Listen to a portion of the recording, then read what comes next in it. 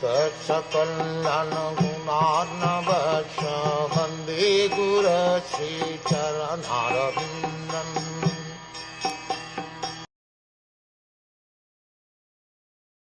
One should worship Lord Vishnu or his devotee for spiritual advancement in knowledge, and for protection of heredity and advancement of a dynasty one should worship the various demigods.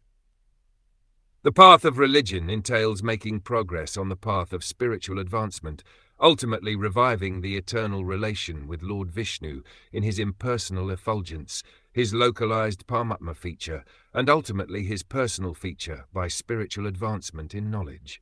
And one who wants to establish a good dynasty and be happy in the progress of temporary bodily relations should take shelter of the Pitas and the demigods in other pious planets. Such different classes of worshippers of different demigods may ultimately reach the respective planets of those demigods within the universe.